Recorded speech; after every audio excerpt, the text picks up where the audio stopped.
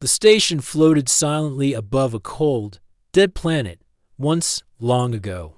The station had been full of life voices, movement, missions. Now, most parts were dark and empty. Only a few sections were used by the small alien race known as the Lanari, Neva. A tiny Lanari worked as a cleaner. She was only 90 centimeters tall. With thin arms and wide golden eyes, her skin was smooth and pale green, and her long fingers were quick and gentle. She wore a brown work suit, patched many times, and carried a cleaning pack on her back. The job was quiet. She cleaned the unused rooms, wiped the walls, and made sure dust didn't take over the old station. Most Lanari didn't go into the old quarter. They said it was useless, broken, or strange. But Neva liked the silence. She didn't believe in ghosts or strange stories. Dust didn't scare her. One day, she entered a room she hadn't cleaned in months. The door opened with a soft hiss, and a weak light flickered inside. The air was heavy and still. The room had broken screens, old chairs, and a large bed covered in a thick gray blanket. Neva walked in, humming to herself. She began sweeping the floor with her tool, then wiped the control panel with a soft cloth. It was a normal day. But then something felt strange. She turned to the bed. The blanket looked like a small hill, large and unmoving. Neva tilted her head. "Huh?" she whispered. "I don't remember seeing that before." Curious, she walked closer. Maybe it was just old supplies under the blanket, or some broken machine. Still, her steps slowed as she neared. The shape was long to be a simple box. Her hand reached out. She touched the edge of the blanket. It felt heavy and cold. Carefully, slowly, she lifted it just a little. Suddenly, the shape underneath moved, a slow, soft shift like something was alive. Neva froze. Her breath caught. Then she screamed. It wasn't a loud scream. Lanari were small and quiet by nature. But to her, it was the loudest sound she had ever made. She dropped her cloth, turned, and ran out of the room. Her tiny feet moved fast across the hallway as her mind raced. Something's there. Something's there, she whispered again and again. She didn't stop until she reached the security station. A silver drone hovered nearby. Its voice was calm and smooth. "Worker Neva, are you in distress?" Yes, I saw something move," she cried. "In room C145, under the blanket." The drone blinked once, then floated off to scan the room. Neva followed, hiding behind a wall, peeking only when the drone entered the room. Minutes passed. The drone returned, skin complete. No life forms detected. Likely a false alarm. Return to duty. "But I saw it move," Neva insisted. "No. Signs of life. No heat, no sound. Perhaps the blanket shifted due to air pressure." The drone turned away and floated down the corridor. Neva stood alone. She looked toward the room. Her fear was still there, but now it mixed with something else. Curiosity. She waited an hour, then returned quietly. She stepped into the room once more. The blanket still lay on the bed, unmoved. "Okay," she whispered to herself. "Maybe it was just the wind. Maybe I imagined it." But her eyes kept returning to the shape. It still looked perfect. To human. She took out her portable scanner from her cleaning kit. It wasn't strong, but it could pick up basic life signs. She pointed it toward the bed and pressed the button. The scanner made a soft beep. She had never seen a human before. No Lanari had. Humans were stories, old ones, told by elders. Some said they were strong warriors. Others said they were full of chaos. But Neva didn't believe in stories like that. She believed in facts, in work, in tools she could hold. Now a human was in front of her. She stepped closer to the bed. Her small hands pulled the heavy blanket back. Underneath, a large figure lay still. The creature had pale skin, short dark hair, and a strange suit covering its body. It looked cold, maybe frozen. The name on the suit was faded, but clear enough. Ben. Neva looked at his face. His eyes were closed. His breathing was slow, so slow that it was almost invisible. She didn't know what to do. Her first thought was to call for help. But then she stopped. If the others knew about this, They might take him away. Or worse, they might fear him. Fear made people do unkind things. She had seen it before. And besides, he wasn't hurting anyone. He was just sleeping. Lost, alone. Neva took a deep breath. Okay, Ben, she said softly. I'll help you. Just don't wake up too fast. She ran back to her small room in the workers' section. It was barely the size of a closet, filled with tools, old books, and a small screen for reading from her shelf. She grabbed a medical kit, a warming device, and her favorite old guidebook, Basic Field Care for Unusual Species. Then she returned to the room. Neva worked slowly. First, she placed the warming device near the bed. It gave off a soft hum and a gentle heat. The scanner beeped again. Ben's body temperature began to rise. Next, she cleaned his face and hands. His skin was dry and rough, but she could see life returning to it. She mixed some liquid nutrients and carefully dropped a few into his mouth. He didn't move, but the scanner showed a better reading. She stayed by his side for hours. Her cleaning shift was long forgotten. The station was quiet, and no one came looking for her. It was like the world had paused just for this moment. The next day, she returned with more supplies.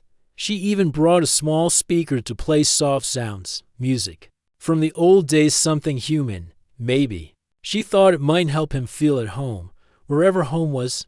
On the third day, something changed.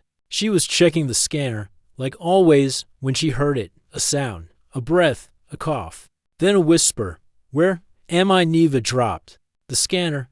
Her eyes widened. Ben's eyes were open just barely. His voice was rough, like sand. But it was real. She stepped closer, heart racing. You're on Station 89, she said carefully. You were sleeping for a very long time. Ben blinked. His gaze was slow, but he looked at her. His lips moved again. Not Lanari. Neva gasped. You know who we are. Ben gave a weak smile. Old files, peaceful, small, good builders. She didn't know what to say. All she could do was nod. He closed his eyes again, breathing slowly. Water. Neva ran to get some. She returned with a cup and carefully helped him drink. You're safe now, she said. I found you. He looked at her again. His voice was faint, but serious. How long? Neva hesitated. I'm not sure. Your file says 312 cycles. Maybe longer. Ben went silent. His face looked tired, but calm. That long? She sat beside the bed. What happened to you? He looked at the ceiling. Ship crash. Emergency pod. I was last one. No signal. You were alone, she whispered. He nodded slowly. Over the next few days, Ben grew stronger. He could sit up, speak more clearly, and even smile a little. His eyes were sharp, full of thoughts. Neva brought him books and station maps. He asked questions about the galaxy, who ruled it now, what planets were still alive, what species had survived. She told him everything she knew. The galaxy was quiet now. No great wars, no powerful empires. The Lanari kept to themselves. Others had faded away. Ben listened, nodding. Humans. Neva looked down. No one knows. Some say you're all gone. Others think maybe a few are still out there, hidden. Ben didn't speak for a moment. Then he said softly, we were too loud, too bright. We burned fast. Neva didn't understand all his words, but she felt the meaning. Why were you alone? She asked. He looked at her. We fought something big. We called it the Void Swarm. They were endless. I was part of the last mission. We lost. Neva felt a cold shiver. Are they still out there? Ben closed his eyes. I don't know, but if I'm alive, maybe others are too. That night, Neva sat outside the room, thinking. She looked at the stars through the small window. A human, in her station, in her care. He wasn't scary. He wasn't wild. He was just human, alone. Hurt, trying to remember who he was, and maybe, just maybe, he was the start of something big, something that would change everything. Neva walked down the hallway with slow steps. The light above her flickered softly. She was carrying a small food tray for Ben, some warm broth, soft fruit paste, and filtered water. Her hands trembled a little. It had been 7 days since Ben had woken up. Each day, he grew stronger. Each day, he asked more questions. And each day, Neva wondered what it truly meant to have a human on the station. She reached the old room where Ben rested. It looked cleaner now. She had repaired the broken light, moved out the dusty furniture, and placed a soft blanket at the edge of the bed. On the wall, Ben had started writing with an old marker, strange symbols, half words, small drawings. Ben sat upright now, his body supported by pillows. His strength was returning faster than she expected. He still looked tired, but his eyes were sharp, full of thought, full of memory. Neva handed him the tray. "You should eat." Ben smiled a little. "Thanks, Neva. You're the best nurse I've had in 300 years. She laughed softly, though she didn't understand the joke completely. He looked at the tray, picked up the cup of broth, and took a slow sip. "You didn't have to help me, I know," she said. "But I couldn't just walk away." Ben nodded. "You remind me of someone I knew, a medic on my crew. Always quiet, always kind." Neva sat down on a small stool beside the bed. "Do you remember more now?" "A little," Ben said. "My ship was the Orion Lance. We were deep in the outer rim, hunting a signal. Something dangerous. We were trying to stop it." Neva's eyes narrowed. "The Void Swarm?" Ben looked at her sharply. "You know that name. It's a story, a scary one. Most say it's not real anymore, just part of the old war history." "It's real," Ben said. His voice was low. "It was the enemy of everything living. Planets, people. Lights, all of it. We fought them until we had nothing left." He stared at the wall for a moment. "My crew was lost. My pod shut down to protect me. I didn't think I'd ever wake up again." Neva felt a chill in her bones. She didn't fully understand what Ben had faced, but she could see the weight in his eyes. But why were humans fighting alone? She asked. Ben shook his head. "We weren't alone. At first, many stood with us other species, even old enemies. But as the war got worse, more planets fell. Some turned their backs. Others vanished." He sighed. "In the end, it was just us. Humans don't give up easy." Neva thought about his words. "Some say humans were dangerous." Ben gave a tired smile. "Maybe. We were loud, fast, too curious. We pushed the edge of space, looking for everything." He looked at her. "But we were also builders, dreamers, protectors. We loved too much. We fought for the things we couldn't let go of." He took another sip from the cup. "That's what made us different." Later that night, Neva sat alone in her tiny room. The station around her was still and quiet. She opened her tablet and searched through old records. Most files about humans were locked or broken. Some showed strange pictures, tall beings in silver suits, walking through fire, standing beside aliens twice their size. Others were blurry. Videos of explosions, ships, voices shouting in strange languages. But one file was different. It was a recording, an old speech. The speaker was a human, standing on a platform in front of many species. His voice was strong and full of hope. "We do not run. We do not break. We are human, and we stand with the living until the last star fades." Neva watched it twice, then a third time. She closed the tablet and whispered to herself, "Maybe they were not just stories." The next morning, Neva returned to Ben with something in her hands. It was a small screen, clean and fixed, showing the recording she found. Ben watched in silence. "That's General Tao," he said quietly. "My commander, my hero. I thought this speech was lost forever." Neva smiled. "I found it in the old storage records." Ben looked at her, and for a moment, he seemed younger, full of memory and pride. "Thank you, Neva. You're welcome," she said. Then he pointed to the wall. "Do you want to know what I'm drawing?" She nodded. He pointed to the strange symbols and small shapes. "These are fragments of a star map. I'm trying to remember the coordinates of our last base. If I can finish it, I might be able to send a signal." "A signal?" Neva asked. "To where?" "To anyone who's still out there," Ben said. If there are other humans asleep like me or if anyone remembers Earth, they might come. Neva felt a strange mix of fear and hope. You really think someone will answer? Ben looked up. I don't know. But I've learned one thing about humans: we don't stop trying. The days passed quietly. Ben was walking now. His steps were slow but steady. Neva helped him each morning, bringing him food and scanning his health. His muscles were still weak, but his mind was sharp, maybe even sharper than before. Each night, he added more symbols to the wall. His star map was almost complete. The lines stretched in many directions, connecting distant systems. Some names were unknown to Neva. Some were marked in red. One word kept appearing again and again: void.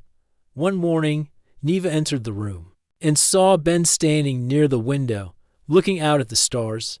His arms were crossed, and his face looked serious. What are you thinking about? She asked. Ben turned his head. I found the final coordinates. Neva stepped closer. To what? Our last base, he said. A hidden place, deep inside a quiet sector. We call it Black Echo. If anything's still working there, it may have answers. Neva frowned. But this station doesn't have a long-range ship. Only small flyers for station patrol. Ben nodded. I know, but I have a plan.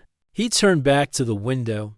I've been watching the signal logs. On your system, something strange is out there. Faint, but steady. Neva blinked. What kind of signal? Ben looked at her, his voice low. Void swarm code. The words hit Neva like a stone. That's not possible, she whispered. The void swarm. They're gone, everyone says. They disappeared. Ben shook his head. They never disappear. They go silent. Then they return when no one is ready. He pointed to the screen near the bed. See this line? That's the pattern. It's the same as what we saw before battles back, when I was a soldier. It's weak, but it's moving, getting closer. Neva stared at the screen. She didn't fully understand it, but the fear in Ben's voice was clear. Does anyone else know? She asked. Ben gave a bitter smile. I sent a copy of the signal to your station's central network, but the Lanari High Circle ignored it. They said it was an error, just old noise. Neva's chest tightened. That sounds like them. They're not bad, Ben said. They're just not built for war. They've lived in peace for too long. They forgot what the dark feels like. Neva looked down. What do we do? Ben looked her in the eyes. We prepare, quietly. If the swarm returns, we need the station ready. Even a small defense might give us time to warn others. Neva nodded. Tell me what you need. For the next few days, Neva helped Ben repair the old systems. They fixed the defense grid, which hadn't worked in years. They recharged drones, rewired cameras, and activated storage panels full of forgotten tools. Ben showed her how to build simple barriers using metal panels and energy locks. They trained in secret, using the empty parts of the station as practice zones. Neva wasn't strong. Her arms were small, her legs short, but she learned quickly. Ben taught her how to move quietly, how to use tools for defense, and how to think fast under pressure. You're better than most cadets I trained, he said once. Neva blushed. I just follow instructions. That's what keeps people alive, Ben said with a smile. Late one night, Neva sat beside Ben as he stared at the finished star map. There, he said, pointing to one corner. That's Earth. Neva looked at it. Is it still there? I don't know, Ben whispered. I hope so. It was beautiful. Blue oceans, white clouds, green forests. He smiled softly. You would have liked it. Neva hugged her knees. Maybe one day you'll go back. Ben looked down. Maybe. But first, we have to make sure it's safe for everyone. The next morning, the signal grew stronger. Ben's eyes narrowed as he studied the screen. They're moving faster. Neva watched the pattern shift. It was like a whisper growing louder. A warning from the stars. Ben stood up. We're out of time. By evening, the outer sensors picked up something real. A ship, dark and silent, not answering hails, not showing lights. Ben zoomed in. The shape was strange, twisting, like it wasn't made by normal hands. The surface shimmered like oil and water. That's them, Ben said. A scout. Neva's heart pounded. What do we do? Ben's voice was calm. We prepare to defend. They activated the defense grid. Lights flickered back to life. Drones began to float into position. The station's silent halls buzzed with energy, only to being stood ready to face the unknown, a human soldier from the past, and a small cleaner from a quiet race. But together, they were more than enough. Ben placed his hand on Neva's shoulder. No matter what happens, thank you. Neva nodded, her voice small but steady. I'm not afraid. Not anymore. Outside the window, the dark ship moved closer. The strange ship floated outside the station like a shadow in space. No lights, no signal, no sound. Ben and Neva stood in the command room, watching the screens. The ship was now only 200 units away, close enough to touch the station with a long arm if it had one. They're scanning us, Ben said, slowly, like a spider touching its web. Neva shivered. Do they know we're alive? They always know, Ben replied. They're not fast to strike. They like to watch, to learn. Then they move all at once. Neva's small hand moved across the panel.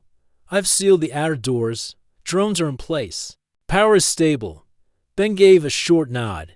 You've done well. She looked up at him. What happens now? We wait, Ben said. And when they come, we fight. 3 hours passed. The station was silent. Not even the hum of the engine could be heard. It was like the whole place was holding its breath. Then the lights flickered. Neva looked around. Power dip. No. Ben said. He checked the systems. Something touched the shield. A second later, an alarm beeped. Outer hull breach, Sector 7. They're inside, Ben said, his voice sharp. Neva jumped to her feet. But the shields, they don't break through, Ben said. They slip through. He grabbed a small pulse device from the wall and handed one to Neva. Stay close. Aim for the center. Don't run unless I say so.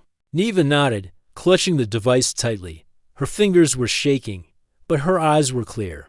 The hallway in Sector 7 was dark. Only emergency lights blinked on and off. Long shadows moved across the walls. Ben and Neva walked slowly, side by side. Every sound felt louder, every drop of dust, every creak of metal. Suddenly, Ben stopped. His hand shot out and stopped Neva. There was something ahead. Something moving. From the shadows, a shape slid forward, thin, silent, like smoke and bone wrapped in shadow. Its eyes glowed a soft green. No mouth, no sound, only a low, pulsing vibration filled the air. Neva froze. Her breath caught in her throat. That's a scout, Ben whispered. Don't blink. The creature raised a long arm. Tiny tendrils moved at the tips, reaching forward. Ben aimed. Now, he fired. A burst of light hit the creature in the center. It shrieked not with sound, but with a pulse that made the walls shake. Then it fell, twitching, and turned to ash. Neva stared. Gone. They don't die like us. Ben said. They break apart, like their body was never really there. The system beeped again. Multiple breaches. Sector 5, Sector 9, docking ring. They're coming in from all sides. Neva said. Ben didn't waste a second. Split. Defense. Set auto drones to follow pattern 6. Lock central core. We hold the bridge. They ran back to the main room. Neva pressed every command Ben called out. Her small hands flew over the controls. Drones zipped through the station halls. Defense turrets slid from the walls and aimed toward the breaches. The first attack came fast. 3 more creatures entered the cargo bay. The drones fired first, slowing them down. Ben moved like a soldier trained by time, aiming clean shots, striking with focus. Neva backed him up, hitting one with her pulse tool when it got too close. Every time a creature fell, it vanished like smoke in sunlight, but they kept coming. After 1 long hour, the station was full of fire, sparks, and broken walls. To drones. We're destroyed. 1 turret jammed. The energy shield was weakening. Ben's arm was scratched. Neva's leg was burned from a blast. But they kept fighting. Neva ducked under a falling pipe and crawled toward Ben. We can't hold much longer. Ben gritted his teeth. Then we don't hold, we push. He reached into his old pod storage and pulled out a glowing disk. This is a beacon. If I can place it near the signal core, it might call help. Help? Neva asked. Who will hear it? Ben met her eyes. Anyone. Maybe no one. But we try. They made their way to the signal core. The path was dangerous. 2 more creatures appeared. Ben took one down with a shot. Neva surprised the second with a pulse that knocked it against the wall. Nice hit, Ben said. I learned from the best, she replied, breathing hard. They reached the core. Ben placed the beacon on the platform. He activated it. The light turned blue. It's sending, he said. But behind them a sound. A deep rumble. They turned. A larger shape entered. Taller. Wider. Its limbs glowed. This was not a scout. This was a hunter. Ben's face turned cold. Run. They dashed through the hallway. The hunter followed fast. It was like a shadow of wine sliding over walls. Moving without touching the ground. Ben fired.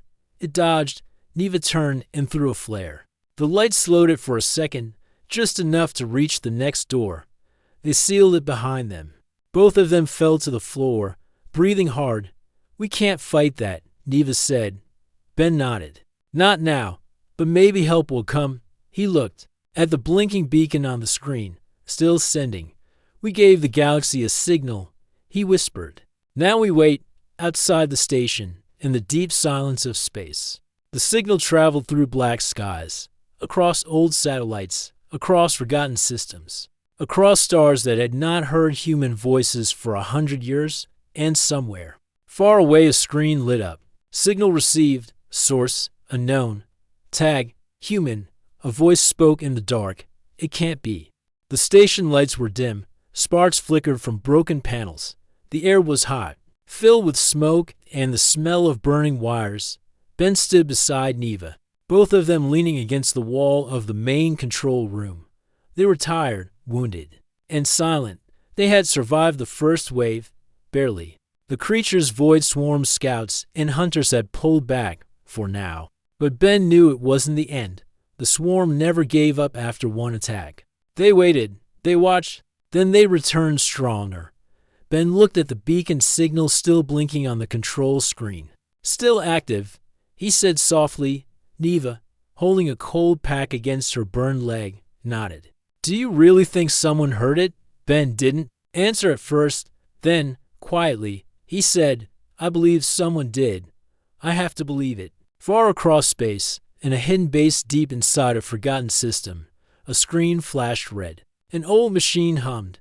A message repeated. Human signal detected. Origin, Station 89. The base had been silent for years, but now it lit up. Inside, a woman stood. She was older, with gray in her hair and a scar over one eye. Her name was Commander Mira. She stared at the screen. After all this time, she whispered. She turned to her small crew only for humans who had stayed hidden, waiting for a sign. Get the ship ready. We're going to find whoever sent this back. On the station, Ben was checking the energy levels. We have maybe 8 hours before the backup core fails. We can't last another attack, Neva said. Even the drones are damaged. Ben nodded. That's why we have to do more than wait. We need to prepare the final defense, Neva. Frown. Final. He looked at her with tired but serious eyes. If no help comes, we stop them here. We make this the last door they cross. Neva was quiet for a moment. Then she stood up. Pain in her leg, but fire in her heart. Then we do it together. Ben smiled. That's the spirit. They worked quickly. Ben placed small charges along the weakest parts of the station, places where the swarm might enter again. He reprogrammed the last working drones to act as guards. Then taught Neva how to boost the station's signal core if needed. Neva, in turn, repaired to old plasma traps, rewired power lines, and even created a noise trap using cleaning tools. In empty crates. You're a genius, Ben said as she set the trap. I'm a cleaner, she replied with a grin. We know how to use junk. Then the warning siren echoed again. A known ship approaching. Ben ran to the screen. A new ship was coming. But this one was bright, clean, and fast. Not a swarm ship. Ben stared. That's That's a human design. Niva's heart leapt. You mean? Before he could answer, the ship sent a message. This is Commander Mira of the Earth-based Reclaimer. We received your signal. Preparing for entry. Hold position. Ben's hands shook. Niva saw the look in his eyes like someone seeing sunlight. After years of darkness, it's them, he said. They came, minutes later. The new ship docked at the station. 5 humans stepped out strong, calm, alert. They carried weapons and gear. Commander Mira stood at the front. She looked at Ben Dot, and for a long second, she said nothing. Then she smiled. You're alive. Ben stepped forward. I thought I was the last. You were one of the lost, she said, but not forgotten. She turned to Niva and gave a respectful nod. And you must be the one who found him? Niva blinked, unsure what to say. I was just cleaning. Mira smiled. And you saved the galaxy. They shared the full report. Ben explained the signal, the swarm attack, and the beacon. Mira nodded. You were right. The swarm is not gone. We've seen small signs, but this attack confirms it. We need to act before it spreads. Ben looked at her. Are there others? More than you know, Mira said. Hidden, asleep, awaiting. Humanity is still here. Just scattered. Ben felt a strange warmth. Then we rebuild. But just as they started repairs, the sensor beeped again. Multiple swarm signals detected. Approaching fast, Mira looked at the screen. They're coming back, in greater numbers. Ben turned to her. Can your ship fight? We can hold them, she said, if your station helps cover us. Ben looked at Niva. She smiled. Let's show them what a cleaner and a human can do. The battle began. The swarm ships came fast, like a wave of darkness. But this time, they were not alone. Ben and Mira led the station's defenses. Niva controlled the drones and traps. The humans from the Reclaimer ship used heavy firepower to slow the enemy. The swarm broke through the outer wall but were stopped by traps. Drones exploded in sacrifice. Lasers tore through the attackers. Inside the station, to swarm creatures reached the central core, but Niva was there. She fired, dodged, hit again. Her aim was true. She protected the core. Outside, Mira's ship launched final blasts, cutting through the last of the enemy. Then silence. The battle was over. The station was damaged, but still standing. Ben sat down on the floor, exhausted. Mira leaned against the wall, wiping dust from her face. Niva stood near the broken control screen, smiling. We did it, she whispered. Ben looked at her. No, he said.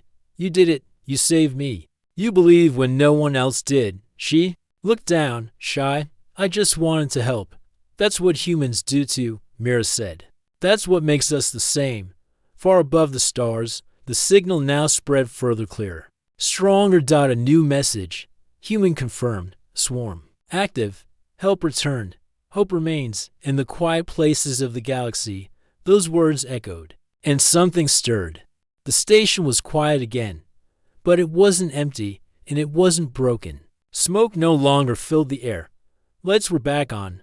The old control room hummed with soft power. Drones floated by, now repaired and working again. The scars of battle were still there, but now they stood like proud marks of survival. Ben walked down the corridor, a toolbox in one hand, a small data chip in the other. Behind him, Niva followed.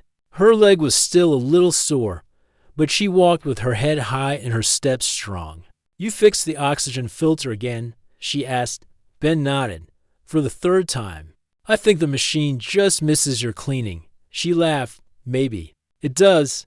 In the command bay, Commander Mira stood before a large screen, speaking with someone far away. It was a human leader from one of the other hidden bases. His voice was calm, serious. We heard your signal loud and clear, he said.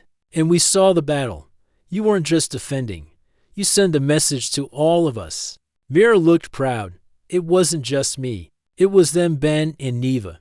They're the reason we know the swarm is still alive, and the reason we now believe we can fight back. The leader nodded. The galaxy is waking up again, and this station may become our new center of command later. That day, Ben sat near the observation window. He stared at the stars. Once they had felt so far away, cold, empty. Now he saw them differently. Neva came and sat beside him. For a while, they said nothing. Then she spoke. I used to be scared of space, she said. It was big, dark, too many unknown things. Ben smiled. Still is, yes, she said. But now, I'm not alone. He looked at her. No, you're not. As the days passed, ships began arriving. One by one, they came from deep space, human ships, and even alien allies who had stayed quiet since the war ended. Some were old. Some were fast. All of them had one thing in common. They had heard the call. The station, once nearly empty, was now full of voices. Engineers, scouts, soldiers, and scientists began rebuilding the outer walls. Rooms were filled with food, tools, and laughter.